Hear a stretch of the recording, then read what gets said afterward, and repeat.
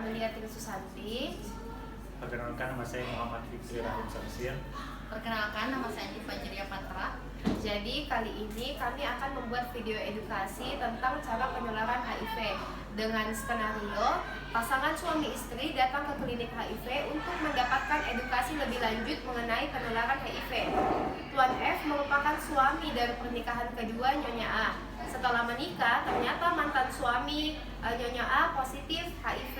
Jadi pasangan suami istri ini ingin mencari tahu cara pencegahan HIV dan cara untuk mendapatkan anak walaupun terdiagnosa HIV.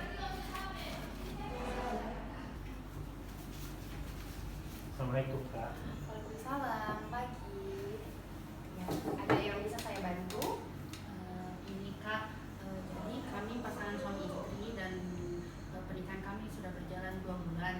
Suami pertama saya Ternyata ini kena HIV Kak. dia sudah terdiagnosa dari dokter Amin dan katanya suami pertama saya itu sudah mengidap HIV.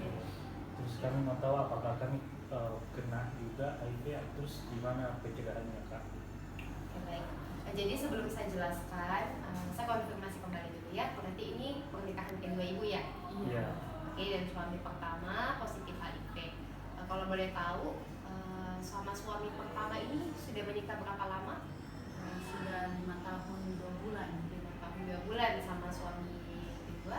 Baru 5 bulan. Baru 5 bulan, oke. Jadi begini Ibu, untuk menentukan apakah Ibu ini kena HIV juga, tertular dari suami pertama atau tidak itu, kita tidak bisa langsung menilainya secara mata buta-buta begitu. Jadi harus melakukan serangkaian tes untuk mengetahui apakah ibu ini tertular HIV juga atau tidak. Tapi untuk pencegahannya bisa kita lakukan. Jadi nanti kalau memang ibu berminat untuk melakukan tes HIV itu kami menyediakan juga di sini. Tapi sebelumnya ibu bisa dipilih ini. Sama ya ibu. Jadi sebelumnya sudah tahu toh HIV itu apa?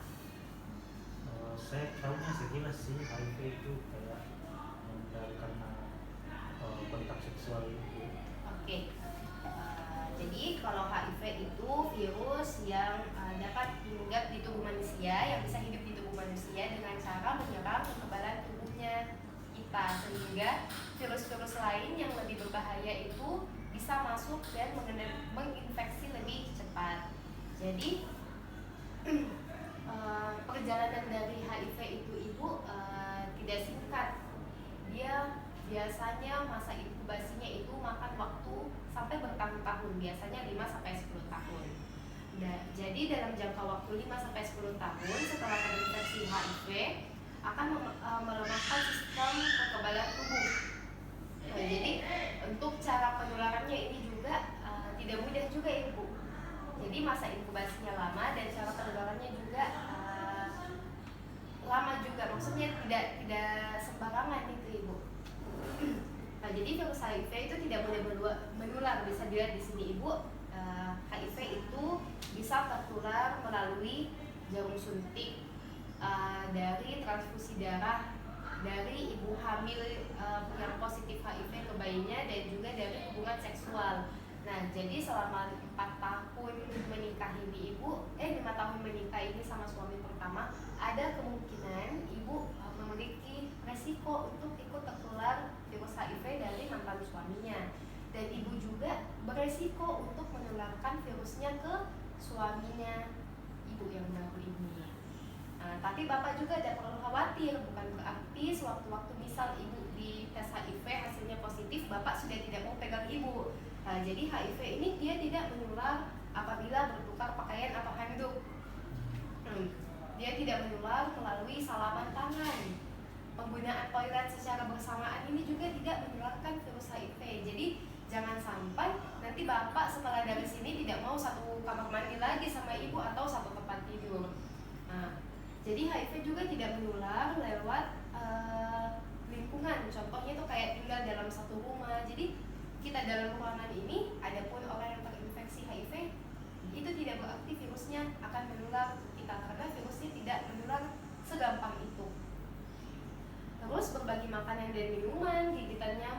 berciuman juga itu tidak bisa menularkan HIV. Jadi tetap aman ibu. Jadi HIV itu hanya menular lewat jarum suntik, darah, seksual dan hamil.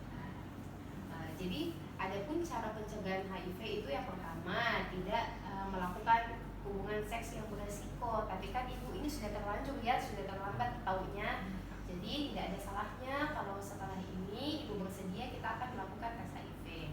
Yang kedua, tidak berbagi jarum suntik, screening darah atau donor darah. Kita cek dulu apakah darah yang mau masuk ke tubuh kita ini dari orang yang mengidap HIV atau tidak. Lalu mengikuti program pencegahan penularan HIV pada ibu dan anak dan menerapkan kewaspadaan standar pada tenaga kesehatan. Maksudnya kalau ini ibu sudah punya anak ya? Belum ya? Oh ya. Jadi bisa ikut kalau misalnya hasil tesnya positif, ibu tetap bisa punya anak, tapi harus melakukan serangkaian kegiatan, serangkaian pengobatan untuk mencegah penularan ibu ke anak. Jadi sebenarnya kalau HIV ini penularan ibu ke anak itu berpotensi besar. Dari kehamilan itu bisa 5-10%, persalinan 10-20%, menyusui 5-10%, dan keseluruhannya kalau kita mau lihat ya potensi anak yang tertular HIV juga dari ibunya itu 50%. Bisa dibalik.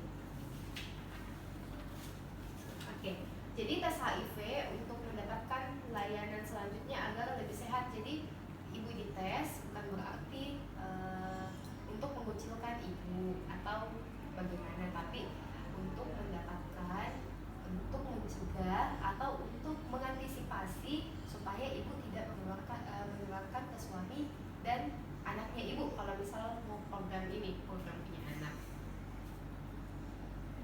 Jadi untuk mendeteksi HIV ini ibu, semua orang ini bisa terinfeksi HIV tanpa membedakan usia. Jadi ibu hamil yang tertular HIV memungkinkan penularan kepada bayi, bisa terjadi selama kehamilan. Nah, jadi jika ibu semisalnya nanti positif HIV, ya solusinya saat mau berhubungan ya gunakan kondom, patuhi anjuran dokter. Nanti ada terapi juga ibu ya dikasihkan kalau memang positif.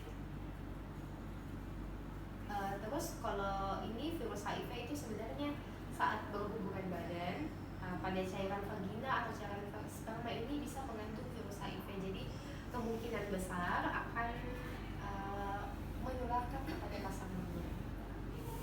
Jadi kami bisa tetap mempunyai anak ya walaupun nanti tes hasil tes HIV-nya positif.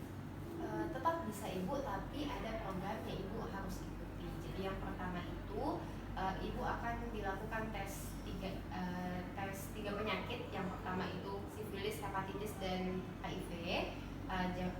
Lalu yang kedua kita akan melakukan support dan konseling keteraturan minum obat. Jadi nanti ibu akan terus minum obat secara teratur untuk menekan pertumbuhan virusnya. Itu namanya obat viralot ya, untuk menekan viralotnya. Lalu saat nanti misal sudah punya anak, sebisa mungkin ibu jangan menyusui, pakai susu formula saja ya. Lalu nanti saat anaknya lahir, kita akan berikan perlakuan khusus. Jadi sudah dikasih obat-obatan juga, dan kita akan mengecek atau diagnosa dini apakah memang bayinya itu tertular atau tidak. Iya, jadi nanti biasanya kalau untuk program kehamilan itu yang pertama pakai bayi tabung, bisa opsinya bayi tabung, dan melahirkannya sesar, secara sesar. Ada yang mau ditanyakan lagi? Sampai sini ya, alhamdulillah kami sudah paham Kak. Oke, jadi ibu bagaimana? Apakah ibu bersedia mengikuti tesnya atau bagaimana? Oh iya, bersedia Kak. Kalau bapak? Saya kita tes deh. Oke, kita tes ya. Kalau begitu, tunggu sebentar, nanti saya siapkan alat-alatnya ya. Oke Kak. Ya. Isi. Iya. Itulah video edukasi dari kelompok kami. Sekian. Wassalamualaikum warahmatullahi wabarakatuh.